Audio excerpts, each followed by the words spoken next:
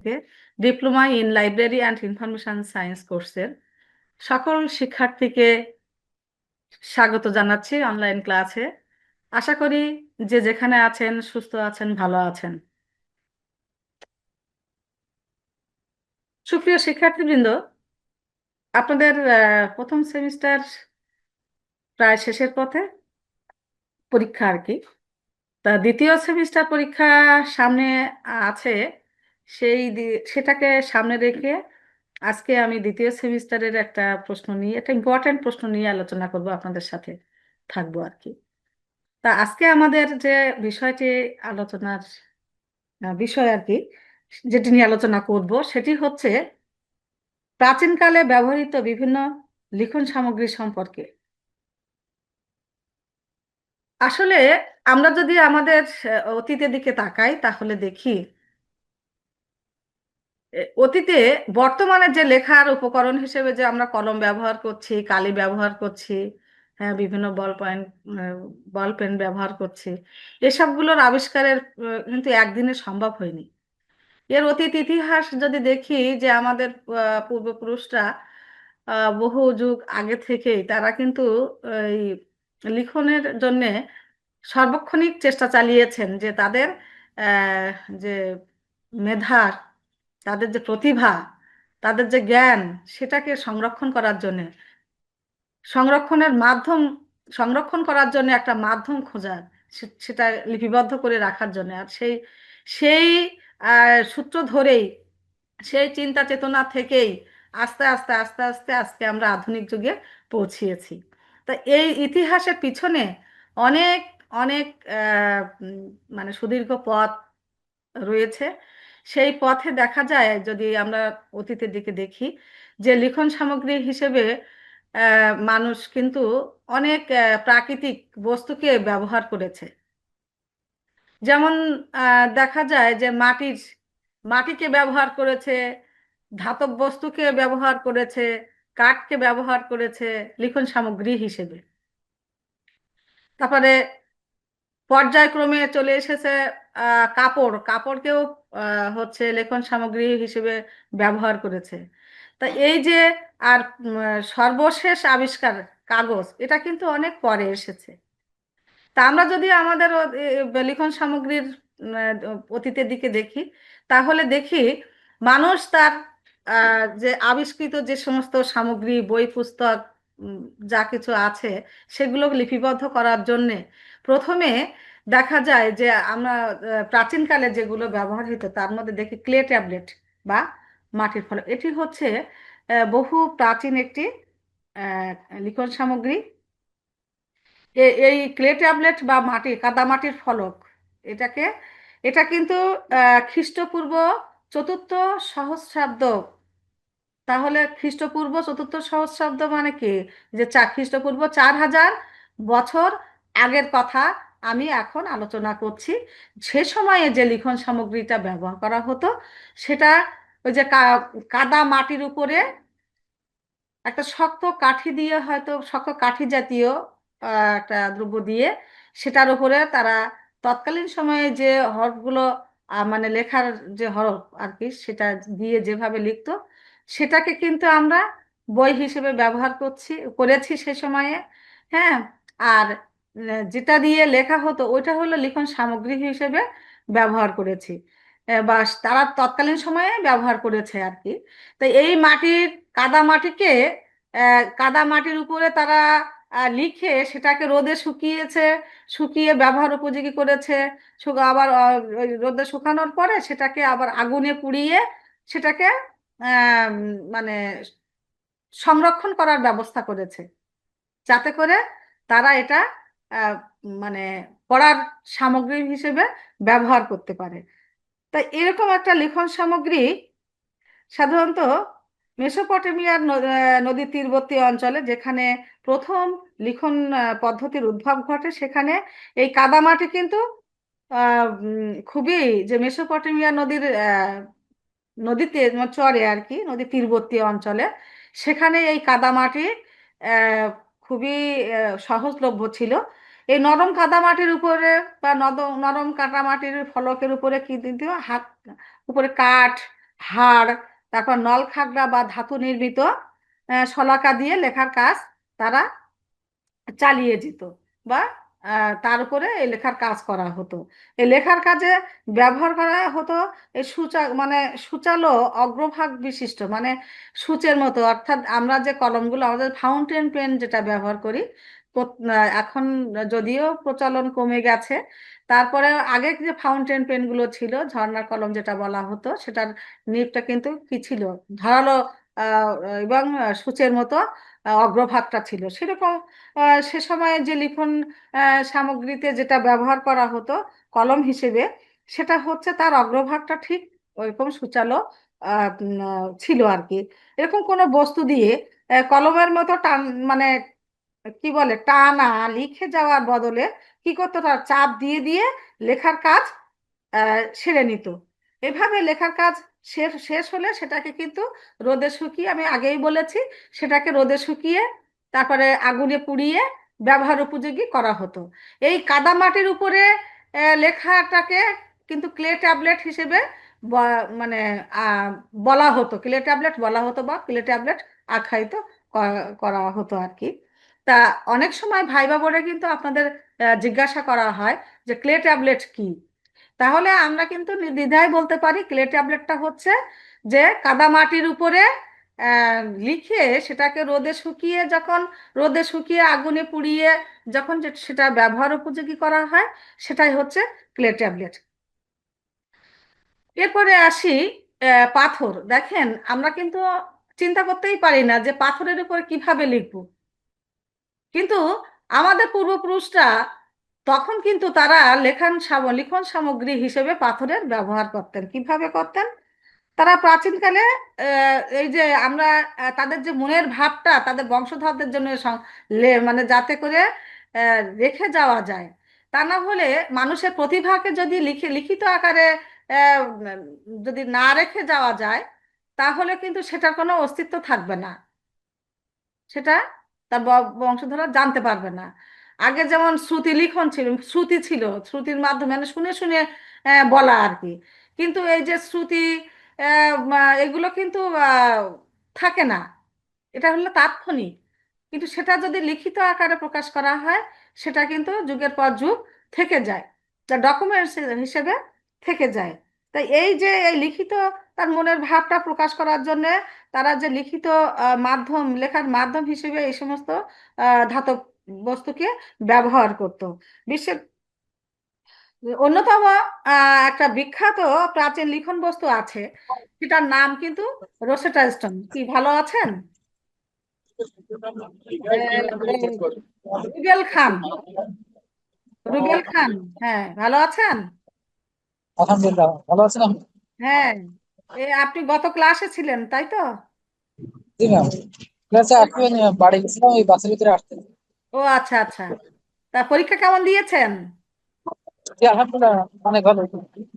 প্রশ্ন কেমন পেয়েছেন? জি ম্যাম, কেমন আছে? আচ্ছা ঠিক আছে, তা ভালো দেন। হ্যাঁ ভালো থাকেন।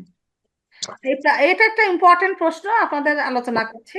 তাই পাথর, এই যে মানে লিখন সামগ্রী হিসেবে প্রাচীনকালে যে পাথরের উপরে খোদাই করে যে লেখা হতো, এই যে পাথরের উপরে যে লেখার যে সামগ্রী, এটাকে তখন রোসেটা স্টোন বলা হতো, বা রোসেটা পাথর। আপনাদের কিন্তু অনেক সময় ভাইবা বোর্ডেও জিজ্ঞাসা করা হয় যে, যেমন বলেছি যে ক্লে ট্যাবলেট, রোসেটা স্টোন, এরকম আসতে পারে অনেক সময়। আপনাদের শর্ট নোট হিসেবেও আসে যে রোসেটা স্টোন কি। তা রোসেটা রোসেটা স্টোনটা হচ্ছে এই যে পাথর, পাথরের এটা একটা দামি লিখন বস্তু হিসেবে ব্যবহার করা হতো। কত সালের দিকে এটা? 1799 সালে আলেকজান্দ্রিয়া মানে আলেকজান্দ্রিয়া যে লাইব্রেরি ছিল, সে আলেকজান্দ্রিয়ার নিকটবর্তী রোসেটা নামক স্থানে রাজা পঞ্চম টলেমি, হ্যাঁ, তিনি কি করতেন, তিনি ওই রাজ্যের যে সমস্ত গুরুত্বপূর্ণ বাণী সমৃদ্ধ যে সমস্ত বিষয় ছিল, সেগুলো সেগুলোর এই প্রস্তরলিপি, মানে সেগুলোকে এই পাথরের উপরে লিখে রাখা হতো। এই জন্য কিন্তু এটা খুব বেশি মানে দামি বস্তু ছিল। তখনকার দিনে কি করতো, যারা বড় মানে নৃপতি ধর শ্রেণীর মানুষ ছিল, মানে রাজা বাদশারা, তাদের সাধারণত তাদের যে সমস্ত কি বলে ওগুলো, ওই যে রাজকীয় ডিক্রি, ডিগ্রি না কিন্তু ডিক্রি বা দলিল বা হচ্ছে রাজকীয় যে সমস্ত ঘোষণা পত্র আর কি, সে এই যে দামি বিষয়গুলো যখন মানে যে সমস্ত সামগ্রীর উপরে লেখা হতো, সে তার মধ্যে অন্যতম ছিল এই পাথর, রোসেটা স্টোন, এই রোসেটা পাথর। এই পাথরের উপরে এই সমস্ত রাজারা, রাজা বাদশারা তাদের গুরুত্বপূর্ণ কি ঘোষণাপত্রগুলো লিখে রাখতো। এই জন্য এগুলো খুবই দামি একটি বস্তু ছিল। ঠিক আছে, তাহলে কাদামাটির ফলক শিখলাম কাদামাটির ফলকটা কি, এই লিখন সামগ্রী। তারপরে শিখলাম কি পাথর। হ্যাঁ, তারপর পেপিরাস। আমরা কিন্তু অনেকেই পেপিরাসের নাম শুনেছি। হ্যাঁ, পেপিরাস, কারণ পেপিরাস থেকে পেপার শব্দের উৎপত্তি হয়েছে। এই পেপিরাস একটা লিখন সামগ্রী। আমরা যেহেতু পেপিরাস থেকে পেপার এসেছে, পেপার শব্দের অর্থ তো আমরা সবাই জানি যে কাগজ। আর কাগজ হচ্ছে আমরা আধুনিক লিখন সামগ্রী হিসেবে এখনো আমাদের চলছে আর কি। তো এই পেপিরাস হচ্ছে এক ধরনের গাছ, গাছ থেকে এটা এসেছে। এটা মিশরের নীল নদের অববাহিকায় আমাদের দেশে নলখাগড়া জাতীয় গাছ আছে। ও ঠিক নলখাগড়া জাতীয় এই পেপিরাস গাছ, ও আমাদের দেশে নলখাগড়ার মতো দেখতে এক ধরনের গাছ। সেই গাছের মানে বকল অর্থাৎ কি ছাল, হ্যাঁ, সেই এটাকে স্লাইস করে কেটে তার উপরে সুন্দর করে শুকিয়ে সেটা কি করতো সেই কাণ্ড মানে পেপিরাসের সে নল বা কাণ্ড থেকে লিখন বস্তু হিসেবে ব্যবহার করতো। মানে ওটাকে সুন্দর করে প্রসেসিং করে লিখন উপকরণ হিসেবে আহ, ব্যবহার করা হতো।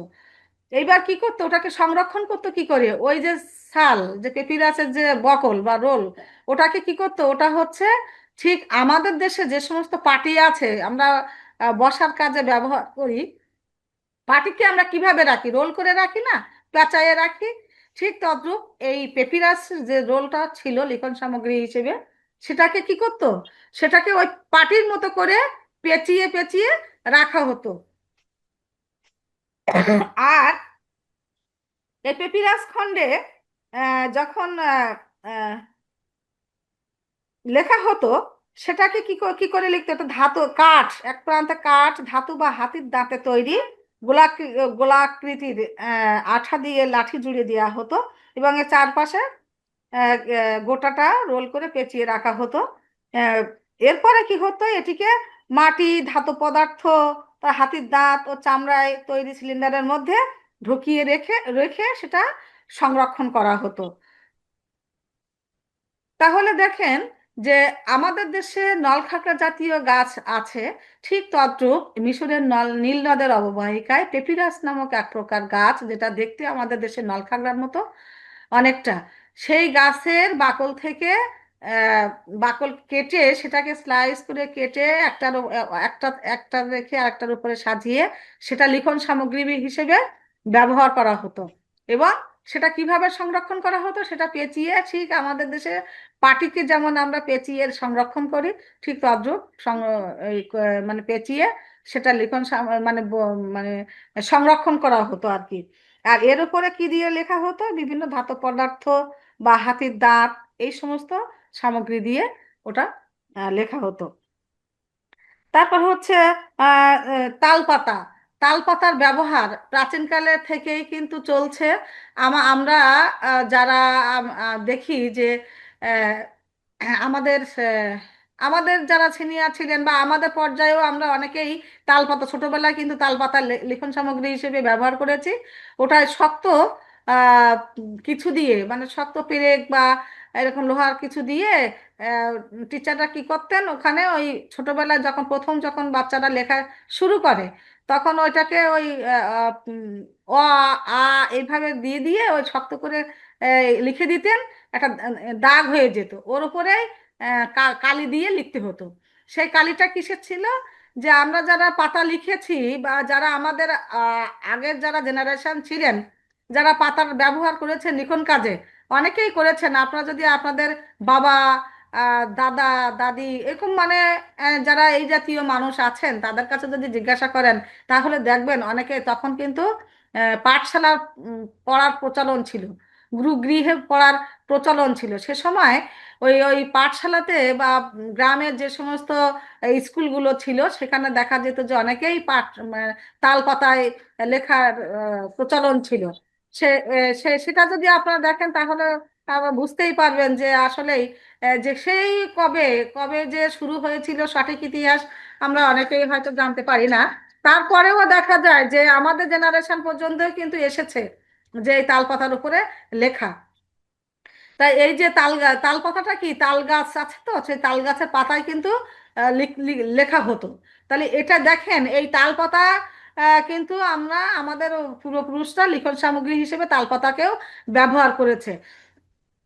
তারপরে হচ্ছে কদলীপত্র মানে কলার পাতা, কলার পাতাও কিন্তু লিখন সামগ্রী হিসেবে ব্যবহার করতো। আপনারা শুনেছেন বা পড়েছেন যে শকুন্তলা প্রতিগৃহে যাত্রা, শকুন্তলা তো সে যখন তার তার মানে ভালোবাসার মানুষকে যে চিঠি লিখেছিলেন সেটা কিন্তু সেই কদলীপত্রেই সে লিখেছিলেন। তাহলে দেখেন কলার পাতাও কিন্তু লিখন সামগ্রী হিসেবে ব্যবহার হতো। তো তবে একটা বিষয়, এগুলো কিন্তু সংরক্ষণ করা খুবই সেনসিটিভ বিষয়, যে কোনো সময় নষ্ট হয়ে যেতে পারে। এই জন্যে খুব সাবধানে এগুলোকে ব্যবহার করা হতো। তারপরে বাঁশের বই, বাঁশ, বাঁশ গাছ কিন্তু আমরা সবাই মোটামুটি চিনি, তাই না? তাই এই সুপ্রাচীন কাল থেকেই চীনারা সাধারণত এই যে বাঁশকে লিখন সামগ্রী হিসেবে ব্যবহার করতেন। মিশরে যেমন লিখন সামগ্রী হিসেবে পেপিরাসের জনপ্রিয়তা ছড়িয়ে পড়ে, ঠিক তেমনি চীন দেশে এই বাঁশের বাঁশের উপরে এই বাঁশে যে লিখন সামগ্রী তার জনপ্রিয়তা উপভোগ করেছিল চীনারা। আহ, সে সময় চীনের যে অক্ষরমালা লেখা হতো উলম্ব কলমের আকারে, কাজেই বাঁশের সরু একটি টুকরো একটি করে কলম লেখার জন্য যথেষ্ট ছিল। রচনার আকার বড় হলে দুটো বংশ দণ্ডকে একটি আরেকটির সঙ্গে আটকে দিয়ে তারপর লেখা হতো। যদি কোনো লেখা অনেক বড় হতো সেক্ষেত্রে ওই বাঁশের বইকে কি করতো, একটার সাথে আরেকটা জুড়ে দিত, দিয়ে তারপরে সেটাকে মানে লেখার সামগ্রী হিসেবে বা উম, উম, মানে বই বই হিসেবে ব্যবহার করত। তারপরে আছে আহ, কাঠ। কাঠের ব্যবহার আমরা আজও দেখি, অনেকেই কিন্তু কাঠের উপর খোদাই করে আজও অনেক জায়গায় মানে ঘরের বা তার হলো সৌন্দর্য বৃদ্ধিতে বা বিভিন্ন ফার্নিচারের গায়ে কিন্তু এখনো খোদাই করে করে লিখে রাখে। আর এটা কিন্তু আধুনিক যুগে যেহেতু কাঠের ব্যবহারটাও কিন্তু অনেকটা কমে এসেছে, কাঠ যেহেতু একটা মূল্যবান বস্তুতে পরিণত হতে যাচ্ছে বা হচ্ছে, অনেক দামি কাঠ, সেজন্য দেখা যায় যে হচ্ছে অতীতে যেটা কি হচ্ছে না,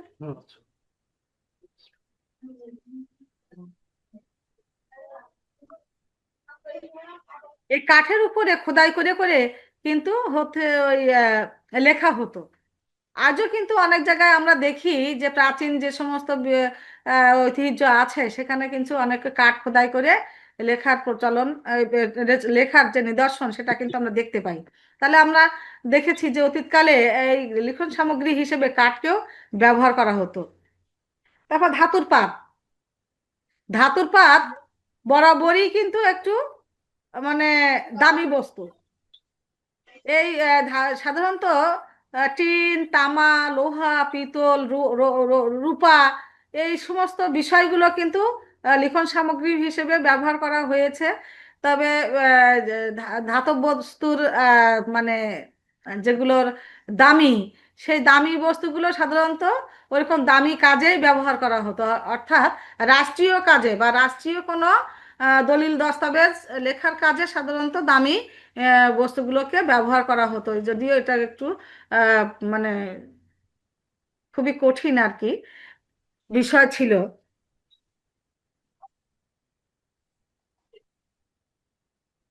এই সমস্ত ধাতব বস্তুর উপরে খোদাই করে লিখন সামগ্রী হিসেবে ব্যবহার করা হতো। তারপরে ভূর্জপত্র, হ্যাঁ অনেকে বলে ভুজিপত্র। সাধারণত আমরা দেখি যারা কবিরাজ, কবিরাজ, আমরা আমরা হয়তো আপনারা এখনো দেখেছেন যারা ওই যে মাদুলি তৈরি করে বা মাদুলি দেয়, যে সমস্ত কবিরাজ ওরা ভুজিপত্র ব্যবহার করে। ওটা হচ্ছে ঠিক আগে যেমন বাঁশপাতা কাগজ ছিল, ঠিক ওরকম দেখতে পাতলা এক ধরনের কাগজ, তার উপরে লিখে ওই মানে লেখা হতো, এটাকে লিখন সামগ্রী হিসেবে ব্যবহার করা হতো। এগুলো কোনো গাছের পাতা নয়, বরং এটা কিন্তু এক ধরনের কাঠ। এটা ভারতীয় উপমহাদেশে প্রাচীন লিখন সামগ্রী যেগুলো ছিল তার মধ্যে এই ভূর্জপত্র কিন্তু একটা অন্যতম আহ, লিখন সামগ্রী। এটি সাধারণত কোন অঞ্চলে পাওয়া যায়? এটি একটা হিমালয় অঞ্চলের বৃক্ষ আর কি। এই বৃক্ষের বাকলের ভেতরের অংশটি কেটে কেটে নিয়ে বিভিন্ন মাপে কি করা হতো, মেপে কাটা হতো। তারপর তার উপর তেল ছিটিয়ে, মানে তেল পালিশ করে আর কি, লিখন সামগ্রী হিসেবে প্রস্তুত করা হতো। তারপর কি ভূর্জপত্রের বই পাতার পরে পাতা সাজিয়ে মাঝখানে কি করা হতো, ছিদ্র করা হতো। ছিদ্র করে কাঠের ফলকের মলাট তৈরি করে সুতো দিয়ে বাঁধাই করে বইয়ের আকারে বা ব্যবহার করা হতো, বা একটা বইয়ের আকার দেয়া হতো। লিখন সামগ্রী হিসেবে আর একটা বিষয়ের খুবই জনপ্রিয়তা ছিল, তার একটা নিদর্শন পাওয়া যায়, সেটা হচ্ছে পার্চমেন্ট। পার্সমেন্ট, এই পার্সমেন্টটা, এটি, এই শব্দটি এসেছে পার্গামাম শব্দ থেকে। এই পার্সমেন্টটা কি? পার্সমেন্টটা হচ্ছে ছোট বাছুরের চামড়া, ভেড়া বা ছাগলের বাছুরের চামড়া, এই চামড়া দিয়ে যে লিখন সামগ্রীটা তৈরি হতো সেটাকে পার্চমেন্ট বলা হতো। হ্যাঁ, এটা হচ্ছে যেহেতু চামড়া দিয়ে তৈরি, সেজন্য সহজেই আমরা অনুমান করতে পারি যে এটি একটি মূল্যবান লিখন লেখার কাজে মূল্যবান দ্রব্য সামগ্রী, বা বিভিন্ন ঘোষণাপত্র, রাজকীয় আহ, কথা, বা এই সমস্ত কাজে, মানে এই সমস্ত যে রাজকীয় যে সমস্ত লিখন লিখন বিষয় ছিল, সেগুলো কিন্তু সেইগুলো লেখার কাজে কিন্তু এই ধরনের দ্রব্যাদি ব্যবহার করা হতো। সেটা হচ্ছে কিসের চামড়া? সেটা হচ্ছে ভেড়া বা ছাগলের, মানে ছোট বাছুরের চামড়া। আবার ভেলাম, ভেলামটাও কিন্তু সেই ছোট মানে নবজাতক বাছুরের, গরুর বাছুরের যে চামড়া, সেই চামড়া দিয়ে ভেলাম তৈরি হতো। এগুলো হচ্ছে সাধারণত রাজকীয় রাজকার্যে ব্যবহার করা হতো, বা বিভিন্ন মূল্যবান দলিল দস্তাবেজ আহ, লেখার কাজে এই সমস্ত হচ্ছে দ্রব্য সামগ্রী, লিখন সামগ্রী হিসেবে ব্যবহার করা হতো পার্চমেন্ট, ভেলাম। এটা কিন্তু অনেক সময় আপনাদের শর্ট নোট হিসেবে আসতে পারে। তারপরে এরকম মানে আহ, সেই অতীতকাল থেকে আস্তে আস্তে আস্তে আস্তে মডিফাই হতে হতে দেখেন, আগে কি হতো, মাটির মাটির কাদা মাটি, তারপরে পাথর, তারপরে পেপিরাস, ভুর্জিপত্র, তালপাতা, হচ্ছে কলাপাতা, তার বিভিন্ন ধাতব ধাতব পদার্থ, হ্যাঁ, সোনা রূপা তামা টিন, এরকম বিভিন্ন পদার্থ আর কি লেখার সামগ্রী হিসেবে ব্যবহৃত হতো। এরকম পরিবর্তন হতে হতে আস্তে আস্তে মানুষের চিন্তা চেতনা যখন মানে অগ্রগতির দিকে ধাবিত হতে থাকে, তখন মানে মানুষ যখন সবসময় নতুনের দিকে যখন যাত্রা শুরু করে, বা নতুন নতুন নতুন বিষয় আবিষ্কার করার করতে থাকে, বা ওই নেশায় যখন সামনের দিকে এগোতে থাকে, তখন কিন্তু মানুষ আস্তে আস্তে কি করে, আধুনিকতার দিকে আসতে শুরু করে, বা সভ্যতার দিকে আসতে শুরু করে। এরকম আমাদের প্রাচীন লিখন সামগ্রীগুলোও ঠিক তদ্রূপ। এগুলো দেখা গেছে যে এগুলো যে কোনো সময় নষ্ট হয়ে যেতে পারে। তাহলে এগুলোকে স্থায়ী রূপ দিতে হলে আমাদেরকে কিভাবে করতে হবে, বা আমরা কিভাবে আধুনিকতার দিকে যেতে পারি, যেগুলো আমাদের বেশি দিন আমরা ব্যবহার করতে পারি, সংরক্ষণ করতে পারি, এই ধরনের দ্রব্যাদি আমরা কিভাবে আবিষ্কার করতে পারি, সেই চিন্তা চেতনা থেকে তারা সবসময় আবিষ্কারের নেশায় থেকেছে। আর তারই ধারাবাহিকতায় লিখন সামগ্রী দেখেন এসেছে, তার পট পরিবর্তন করেছে, স্টেপ স্টেপ বাই স্টেপ তাদের পট পরিবর্তন হয়েছে। তা এই পার্চমেন্ট, ভেলাম, মানে মানে পশুর চামড়া থেকে যেটা তৈরি, যেটা লিখন সামগ্রী হিসেবে ব্যবহার করা হতো, বা পশুর চামড়া থেকে যে লিখন জি সামগ্রী আপু। হয়েছে, সেটা আর কি, সেটা পার্স। ডিলেট করবো কি দিয়ে? এখানে কি কিন্তু জিজ্ঞেস করবো? মানুষ বসে থাকে। এই হ্যাঁ, তারা সামনের দিকে জুমের অগ্রসর যোগ হওয়ার চেষ্টা করবো। করেছে, যে এগুলো তো আসলে সংরক্ষণ করা অনেকটা হতো না। অসুবিধা। হ্যাঁ, অসুবিধা হয়। সেজন্য তারা আরো বেশি কিভাবে আরো আধুনিকতায় পৌঁছানো যায়, আরো সুন্দর করে যে মানে করা যায়, যেটা সহজে বহনযোগ্য, সহজে ব্যবহারযোগ্য, এরকম আর কি। এই চিন্তা চেতনা থেকে সবসময় কিন্তু তারা তাদের কাজ, তারা মানুষ সবসময় আবিষ্কারের কাজ করেই চলেছে, তাই না? আর এরই ধারাবাহিকতায় এসেছে অনেক সময় রেশম কাপড়, রেশমি জুমটা নেপার থেকে আনবে। কাপড়ের উপরে লেখার প্রচলন। দেখেন, আমরা যদি দেখি যে আমাদের যে সমস্ত কথা বলতে দাও, ইতিহাস আছে, সেই কথা ইতিহাসে বলা যদি আমরা দেখা যায় যে জুমি না। ওটা জুম মিটিং হচ্ছে ওটা। বিভিন্ন নবাব, রাজা, বাদশাহ, ওনারা যখন তাদের হলো এক রাজা যখন অন্য রাজার কাছে যখন চিঠি লিখতেন, কিন্তু এই সময়ে এই সমস্ত কাপড়ের উপরে তাদের কথাগুলো লিখে অন্যজনের কাছে পাঠিয়ে দিতেন। আমরা অনেকেই এখনো দেখি আর কি, যে সমস্ত ঐতিহাসিক যে সমস্ত চলচ্চিত্র আছে, সেখানে কিন্তু আমরা এই সমস্ত আহ, দেখতে পাই, যাতে তাদের কথাগুলো ওই লিখিত কাপড়ের উপরে লিখে সেটা পাঠানো হতো। তাহলে কাপড়কে এই সমস্ত রেশমি কাপড়কে লিখন সামগ্রী হিসেবে কিন্তু ওরে তোর কি ব্যবহার একটা করতো। মিটিং এ ঢুকলাম রে, কোনো পুরোনো ডিলেট কাগজ। হবে না? তারপরে আস্তে আস্তে মানুষ কি করেছে, কাগজের আবিষ্কার করেছে, যেটা বর্তমানে আমরা ব্যবহার করছি। এই যে লিখন সামগ্রী হিসেবে যে কাগজের আবিষ্কারটা এসেছে, এটা কিন্তু একদিনে সম্ভব হয়নি, অনেক দিনের কষ্টের ফসল, তাই না? তো এই যে এই কাগজের আবিষ্কারটা কোথায় হয়েছিল, এই কাগজের আবিষ্কারটা কিন্তু চীনেই হয়েছিল। চীনে কাগজ, প্রাথমিক প্রযুক্তি উদ্ভাবিত হয়েছিল চীনেই। সেটা কবে, কত শতকে? খ্রিস্টপূর্ব দ্বিতীয় শতকে, খ্রিস্টপূর্ব, তখনও কিন্তু খ্রিস্টাব্দ শুরু হয়নি, তার আগেই চীনে কিন্তু এটা এর প্রযুক্তির উদ্ভাব হয়েছিল। মানে প্রযুক্তি তারা তৈরি করেছিল। এটা এটা পরবর্তীতে যখন আসে, সেটা হচ্ছে 105 খ্রিস্টাব্দে সাইলুন নামক একজন ব্যক্তি, তিনি এক রাজ কর্মচারীর বস্ত্রখণ্ড থেকে কাগজ উৎপাদনের একটি পদ্ধতি তিনি উদ্ভাবন করেন। কে করেছিলেন?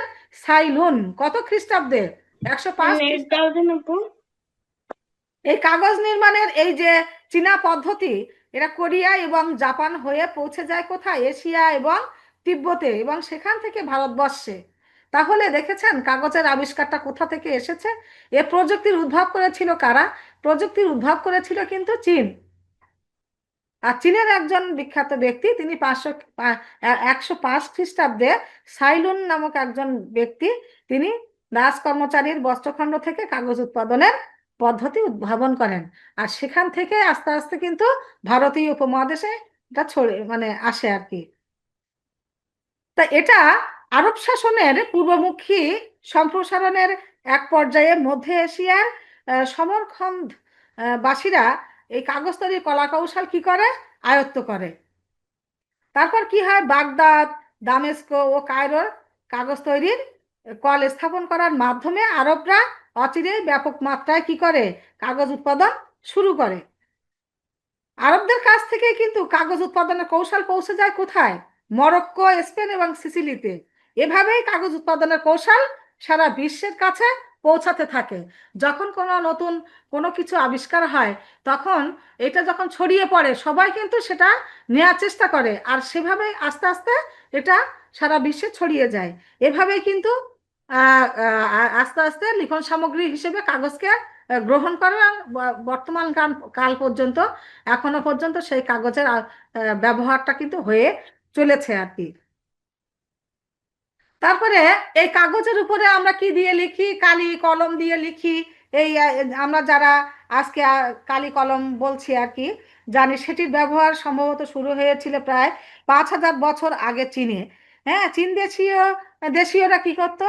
যে পাথরে খোদাই করে যে ছবি ও লেখাকে তারা আরো স্পষ্ট করে বোঝার জন্য এর উপরিভাগে কি করতো? কালি দিয়ে লেপটে দিত।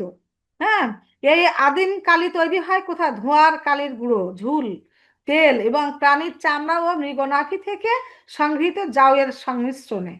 তাহলে কিভাবে তৈরি হতো? যে এটা ধোয়ার কালির গুঁড়ো বা ঝুল যেটা বলে, তেল এবং প্রাচীন চামড়া, সরি প্রাচীন বলছি, প্রাণীর চামড়া বা মৃগনাভি থেকে সংগৃহীত জাউয়ের সংমিশ্রণে এই কালি তৈরি হতো। সেই কালির লেপটে তারা ওই কলমে লেপটে তারা হলো ব্যবহার করতো লেখার কাজে।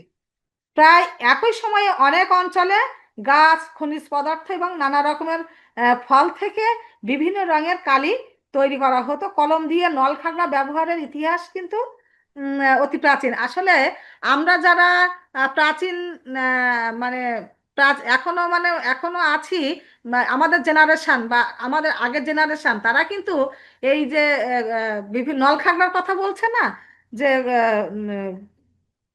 কালিটা কিভাবে ব্যবহার হতো, অনেকে ওই কুঞ্চি, বাঁশের কুঞ্চি চিকন করে কেটে সেটাকে কিন্তু কালি, এই দোয়াত কালি রেখে এটা ডুবাই ডুবাই কিন্তু ব্যবহার মানে লেখার কাজে ব্যবহার করতো। যেটা আমি আপনাদের আগে তালপাতা পড়ানো মানে লিখন সামগ্রী তালপাতা যখন নিয়ে যখন আলোচনা করছিলাম, সে সময় কিন্তু আমরা বলেছি যে আমাদের সময়ে বা আমাদের আগে যারা পড়েছে অনেকেই কিন্তু তালপাতার উপরে লিখেছে বা লিখন সামগ্রী হিসেবে ব্যবহার করেছে। সেখানে আমি বলেছি যে আমাদের শিক্ষকরা কি করতেন, সেখানে হয়তো একটা শক্ত লোহার দণ্ড বা লোহার প্রেগ দিয়ে চিকন করে ওই লিখে দিতেন অক্ষরগুলো, আর তার উপরে কিন্তু এই কুঞ্চি, বাঁশের কুঞ্চি চিকন করে কেটে কলম আকারে করে হুল করে আর কি, মানে সূচের মতো ওরকম তার আর কলম কালি দিয়ে ওর উপর ডুবাই ডুবাই ওর উপর দিয়ে লিখতে হতো, মানে লেখা শেখানো হতো। তা এখানে কিন্তু তাই বলা হচ্ছে যে যখন কালির আবিষ্কার হলো, ওই কালির আবিষ্কারে যে বিভিন্ন পদার্থ বা নানা রকমের ফল থেকে বিভিন্ন কালি তৈরি করা হতো।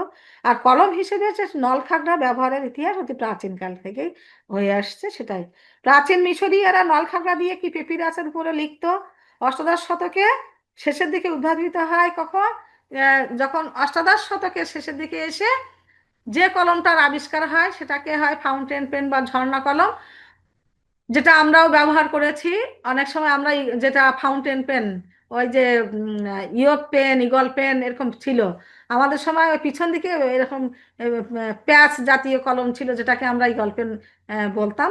ওর মধ্যে দোয়াতের থেকে কালি উঠিয়ে ভিতরে ঢোকানো হতো প্যাচ দিয়ে দিয়ে, ওই কালি দিয়ে কিন্তু আমরা লেখার কাজে ব্যবহার করতাম কলম দিয়ে। এটি আবিষ্কার হয় অষ্টাদশ শতকের শেষের দিকে। সর্বপ্রথম বল পয়েন্ট বা বল পেনের উদ্ভাবন হয় 1888 সালে। হ্যাঁ, পেন্সিল আবিষ্কারের কৃতিত্ব প্রাচীন গ্রিক ও রোমানদের। তাহলে দেখেছেন যে আসলে আমরা যে কলমগুলো ব্যবহার করছি সেটির ইতিহাস অনেক পরের। এর আগে আমাদের পূর্বপুরুষরা কিভাবে তারা পড়ালেখা করেছেন, তাই সেই ইতিহাস যদি আমরা দেখি তাহলে তাদের যে চিন্তা চেতনা যদি আমরা কম্পেয়ার করি তাহলে তাদের চিন্তা চেতনা কিন্তু অনেক আধুনিক ছিল। সে তারা তাদের চিন্তা চেতনা আধুনিক ছিল বলেই কিন্তু আজকে আমরা এই ডিজিটাল যুগে এসে পৌঁছাতে পেরেছি। তা সুপ্রিয় শিক্ষার্থীবৃন্দ, আমরা এতক্ষণ আমাদের প্রাচীন লিখন উপকরণ সম্পর্কে পড়লাম, কিভাবে প্রাচীনকাল থেকে আমরা এই বর্তমানে যে কাগজ ব্যবহার করছি সেটাও আমরা জানলাম। তা আজকে এ পর্যন্ত। যে যেখানে আছেন ভালো থাকেন, সুস্থ থাকেন, সবার জন্য শুভকামনা।